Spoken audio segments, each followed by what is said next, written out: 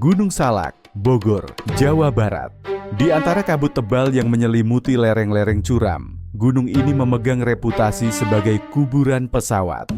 Lebih dari 7 kecelakaan udara pernah terjadi di sekitar kawasan ini.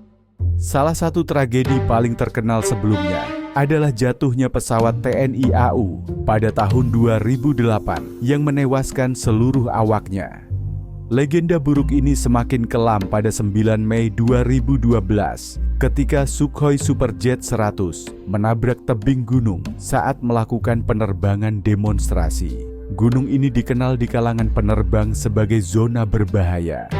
Banyak pilot yang menolak untuk terbang rendah di sekitar wilayah ini, terutama karena cuaca yang sering berubah-ubah dan kontur pegunungan yang berliku dan terjal.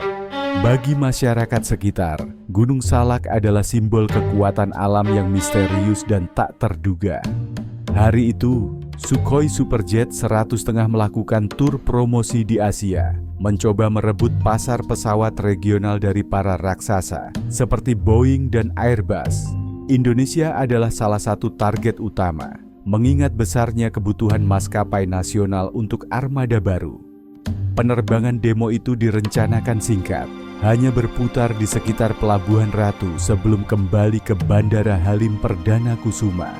Namun, takdir berkata lain. Sukhoi Superjet 100 adalah kebanggaan Rusia, pesawat generasi baru yang dilengkapi teknologi modern seperti fly-by-wire system, glass cockpit, dan terrain awareness warning system (TAWS) yang canggih. Dengan kapasitas sekitar 75-95 penumpang dan jangkauan lebih dari 3.000 km, pesawat ini digadang-gadang sebagai simbol kembalinya industri penerbangan sipil Rusia ke panggung dunia. Pesawat ini merupakan harapan baru bagi Rusia untuk kembali bersaing dalam industri penerbangan sipil global setelah era kejayaan pesawat Tupolev dan Ilyushin pada masa Soviet. Setiap detil desain pesawat ini mencerminkan ambisi besar untuk menyaingi pesawat regional sekelas Embraer E-Jet dan Bombardier CRJ. Pada pukul 14.00 waktu Indonesia Barat, SSJ 100 lepas landas dari Halim Perdana Kusuma. Di dalamnya terdapat 45 orang. Awak pesawat Rusia, perwakilan maskapai Indonesia seperti Sky Aviation, jurnalis dari berbagai media nasional, hingga calon pembeli potensial. Suasana di dalam pesawat sempat terekam kamera dan tersebar luas di internet.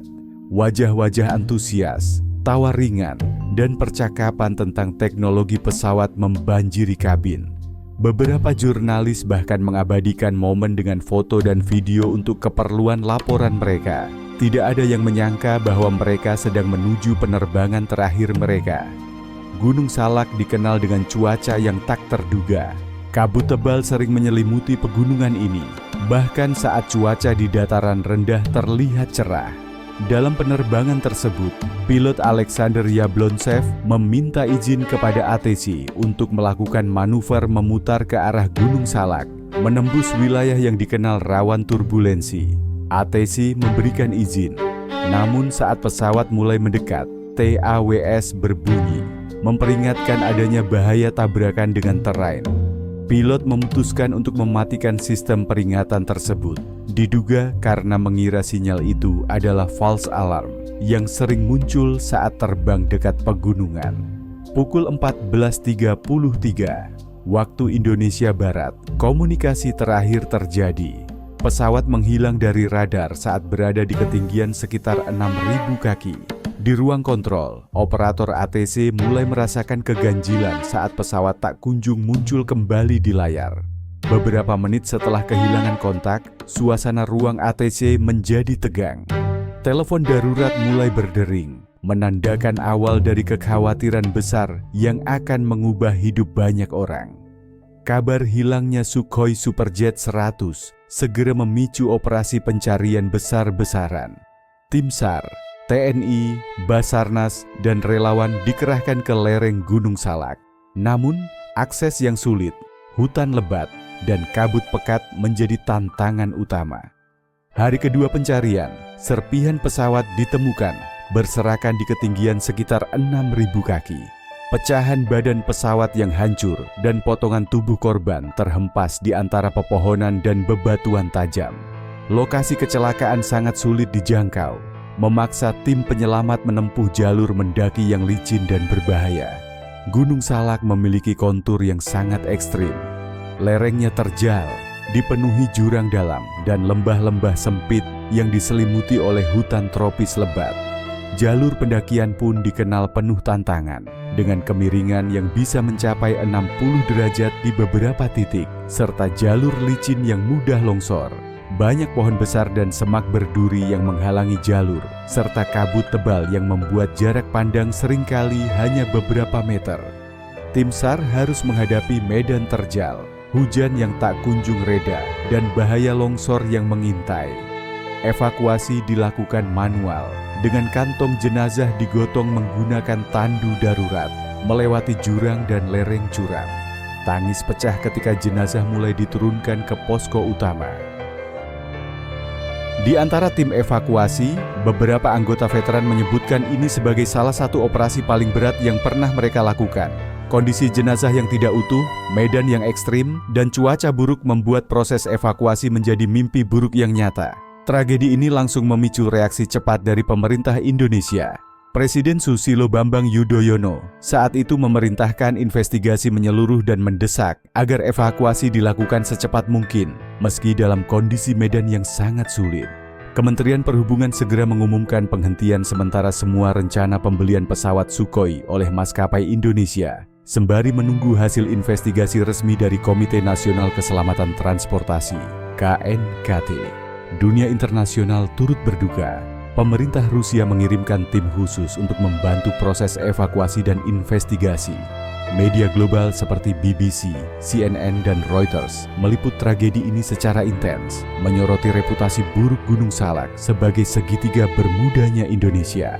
Menteri Perhubungan saat itu, E.E. Mangindaan, menyatakan bahwa investigasi akan menjadi titik balik untuk mengevaluasi prosedur keselamatan dalam penerbangan demo di Indonesia, khususnya di wilayah rawan seperti pegunungan. KNKT melakukan investigasi selama berbulan-bulan, memeriksa Flight Data Recorder (FDR) dan Cockpit Voice Recorder (CVR) yang ditemukan dalam kondisi rusak namun masih bisa dianalisis. Hasil investigasi menyimpulkan bahwa kecelakaan terjadi akibat kombinasi human error dan kurangnya pemahaman terhadap medan lokal. TAWS yang dinonaktifkan menjadi sorotan utama. Sistem ini seharusnya menjadi garis pertahanan terakhir dalam menghadapi bahaya tabrakan dengan daratan. Ditemukan juga adanya kesenjangan komunikasi antara awak Rusia yang lebih familiar dengan medan datar dan ATC Indonesia yang tidak secara spesifik memperingatkan bahaya Gunung Salak. Pilot tidak memiliki peta topografi detail wilayah dan tidak memahami kompleksitas cuaca mikro di sekitar gunung tersebut. Selain itu, investigasi juga mengungkap bahwa dalam sesi briefing sebelum penerbangan, faktor-faktor risiko medan pegunungan tidak dibahas secara mendalam. Keputusan untuk mematikan TAWS menjadi fatal karena dalam situasi itu, peringatan yang muncul seharusnya menjadi alarm nyata untuk segera menghindari tabrakan. Gunung Salak memang terkenal bukan hanya karena curamnya medan, tetapi juga kisah-kisah mistis yang melingkupinya. Masyarakat sekitar percaya kawasan ini adalah kerajaan gaib yang dijaga makhluk halus. Salah satu legenda menyebutkan adanya kerajaan gaib bernama Pajajaran Gaib di Puncak Salak. Penduduk sekitar percaya bahwa banyak kecelakaan di gunung ini terjadi bukan hanya karena faktor alam, tapi juga karena gangguan dari penunggu gunung. Kisah tentang suara-suara aneh di malam hari, kabut tebal yang datang tiba-tiba, dan sosok bayangan di antara pepohonan menjadi bagian dari cerita rakyat setempat. Banyak pendaki yang hilang secara misterius atau mengalami disorientasi di kawasan ini. Bahkan beberapa di antaranya ditemukan dalam keadaan tidak sadar, berjalan tanpa arah selama berhari-hari. Kombinasi antara cuaca ekstrim, topografi yang mematikan, dan kisah mistis menjadikan Gunung Salak sebagai salah satu kawasan paling dihindari oleh pilot sipil maupun militer. Sukhoi Superjet 100 diharapkan menjadi awal dari era baru dalam dunia penerbangan regional.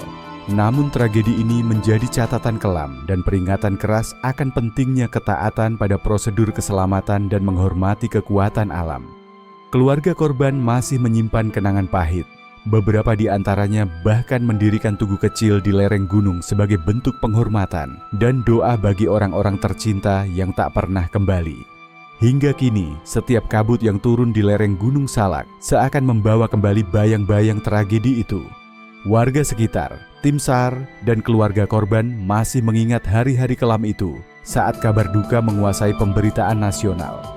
Gunung Salak berdiri, sunyi, namun ingatan tentang tragedi itu tetap hidup di setiap helai kabut yang jatuh dari langit.